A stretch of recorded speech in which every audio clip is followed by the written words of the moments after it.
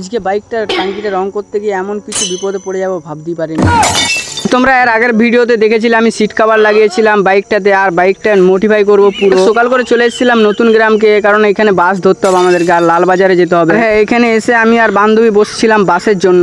কোথা থেকে একটা বাস চলে এলো, আর এই বাসটাতে চেপে যেতে হবে আমাদেরকে। তাই বেশি না কথা বলে ছোট ছানার মতন চেপে গেলাম বাসে। আর হ্যাঁ, আমাদেরকে দাঁড়িয়ে দাঁড়িয়ে যেতে হবে। আসলে ব্যাপারটা হচ্ছে আমরা যদি আগের থেকে টিকিট কেটে রাখতাম তাহলে হয়তো দাঁড়িয়ে যেতে হতো না আমাদেরকে। আর তাই বাসে গুতনি খেতে খেতে চলে যাচ্ছিলাম লালবাজারকে। তারপর অর্ধেকটা রাস্তা যেতে আমাদের কাছ থেকে হেলমেট চাইছিল, আর আমরা তো হেলমেট নিয়ে যাইনি, তার জন্য আমাদেরকে গড়ি বাই করে দিল ওখান থেকে।